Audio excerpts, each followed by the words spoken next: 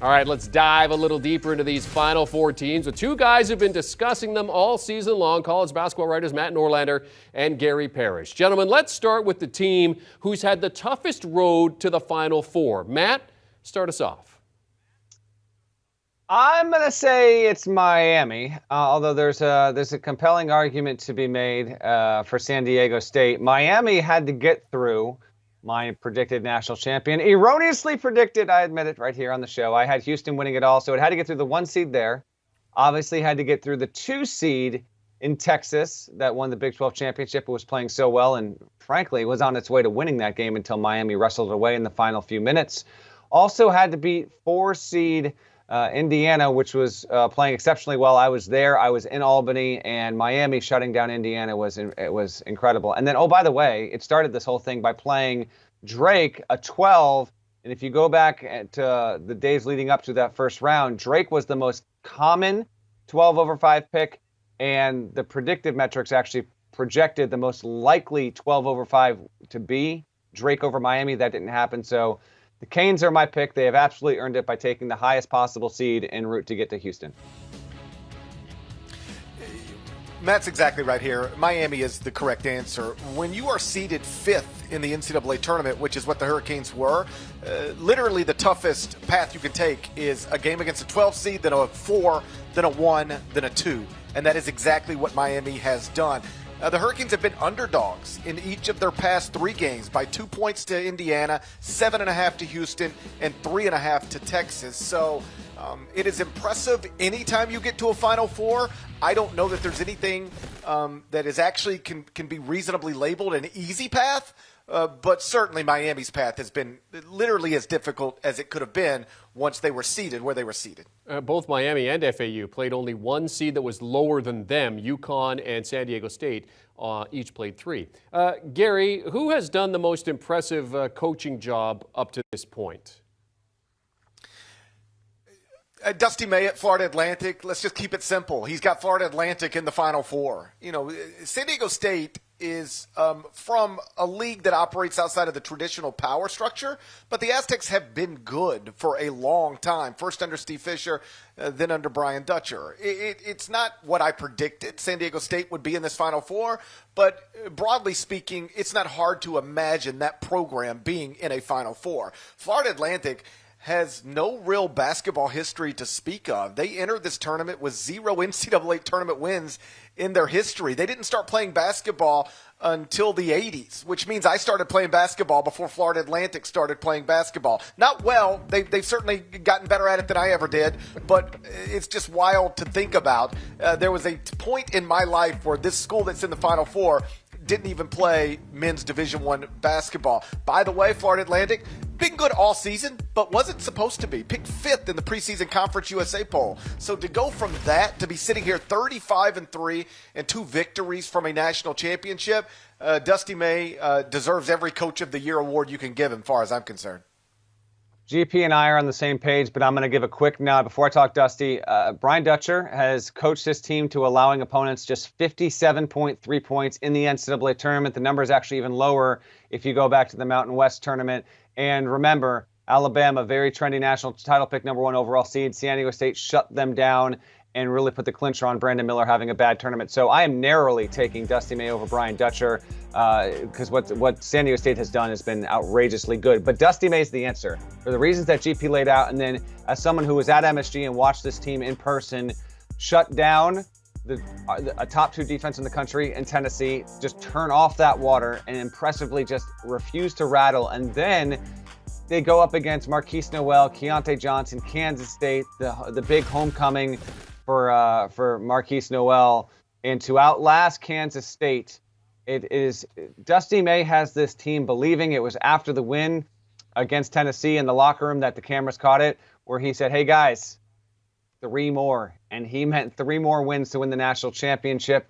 He believes that this team can win. He's got that group believing. So Dusty May has done the best coaching job in this tournament. Okay, so you guys agree on both of those, and I understand you agree on the third here in terms of your most outstanding play. I mean, great minds think alike, right? So let's just parse it that way. Gary, your player of the tournament.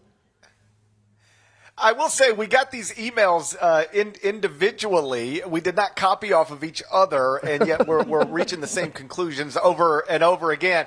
For me, it's Adama Sanogo. He's averaging 20 points and 9.8 rebounds per game in this NCAA tournament for UConn. He got 28 and 13 against Iona, 24 and 8 against St. Mary's. You could actually go a few different directions here.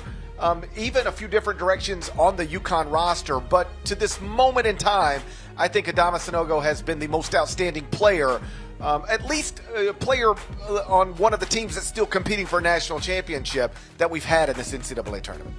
It's Sanogo. He's at better than 1.1 points per possession in the tournament, which is obviously impressive. We do agree. Jordan Miller would be a close second for me because Jordan Miller is coming off of an outrageous performance. Didn't miss a shot from the field, didn't miss a shot from the line. Was the first player since a dude named Christian Laettner in 92 for Duke to score 25 or more points in a tournament game and not miss a shot that he attempted. But it's Sanogo. And to kind of expand this a bit further, I mentioned this on the Eye on College Basketball Tuesday edition podcast with GP. It's Sanogo that starts, and then when he goes to the bench, Donovan Clingan comes in. It's the reason why UConn's got such a great chance. Among many reasons, the Sanogo-Clingan combo, they never are on the floor together at the same time. They're two different bigs. They run different offenses when those guys are on the floor. It allows them to give a variety of different looks, and then you get into the fact that Jordan Hawkins is a knockdown shooter. Alex Caravan, my line on him is he's a freshman who plays and looks like a fifth-year senior. I don't know how he's done it, but UConn has so many different variety of looks. Sanogo, on balance, narrowly, I think has been the best and most important player through the first two weekends and 4 rounds of the tournament. All right, so the first game Saturday is 5-seed San Diego State against 9-seed Florida Atlantic. Matthew, who wins? I am taking the FAU Owls to get this done. They are dogs. They have been dogs 3 out of 4 games in this tournament, so nothing new there. They are thriving off of that. The reason why I'm going to take FAU is the team's adaptability. I think its depth will matter here. I think its three-point shooting will matter. You've got 4 guys that can shoot it from deep. And this is an important note here. Dusty Mayo, I talked to him after they got to the Sweet 16. He said the wild thing about this is if you look back at our past 6 games, with the exception of our game against UAB in the Conference USA tournament, we have not shot well. We are a good shooting team. It's got to come. It did not come against Tennessee. It finally, Elijah Martin, are you kidding me? By the way, that was early in that game. Sent the Garden on fire with that dunk. That offensive game finally showed up in a major way against K-State. Now, San Diego State thrives on keeping teams low scoring. We just talked about that. But I think FAU is going to shoot better than 30% from three-point range. I think that's the difference.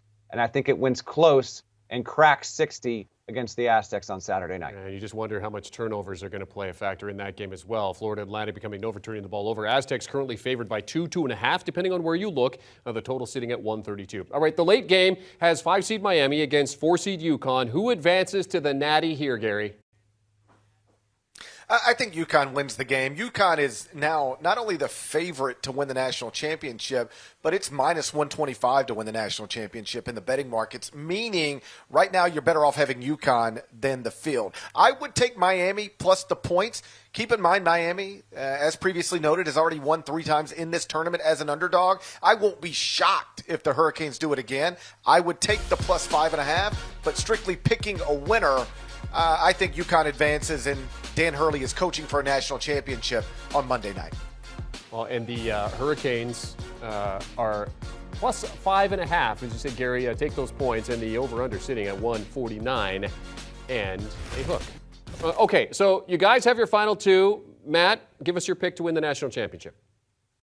As I give you this pick, I want to remind our viewers and our listeners to the Eye on College Basketball podcast, we're all too aware, Parrish and I, of what's happening here. This is a disaster in the making, frankly, because when we agree on stuff, it's just trouble. I've got UConn over FAU in the national championship. What a fantastic matchup that could be. I think it's a matchup that could honestly get into the 80s if both teams really want to play it into the 80s. FAU can shoot to match with UConn. They have a big in Vlad Golden, who can match up decently well with Sanogo and Clingan. It's not an advantageous thing for FAU, but I am taking UConn. As you see here, I think the only other program to do this, if it happens, 3 national titles in a 12-year span under 3 different coaches, was Carolina 93-05 when it got it done. When it was able to do it with Guthridge and Dean Smith and Roy Williams. I think that's right off the top of my head. I might have messed that up in real time here. But anyway, what UConn's doing is rarefied air. I think the Huskies are going to be able to win. And give me Jordan Hawkins as the most outstanding player in the Final Four. I also have UConn over Florida Atlantic on Monday night, winning the national championship. Simply put, UConn's the best team left in this bracket.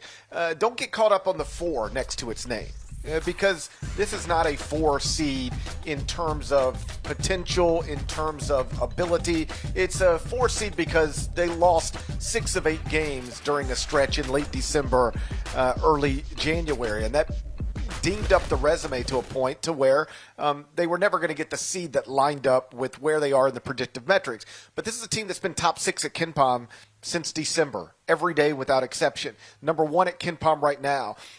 It's efficiency margin, adjusted efficiency margin right now is better than the one Kansas finished the season with last season after winning the national title. So if UConn is able to win 2 more games, it's going to rate in the computers as a worthy national champion. There's nothing fluky about UConn being here. There might be with each of the other 3 teams, but UConn is the most solid on both sides of the ball.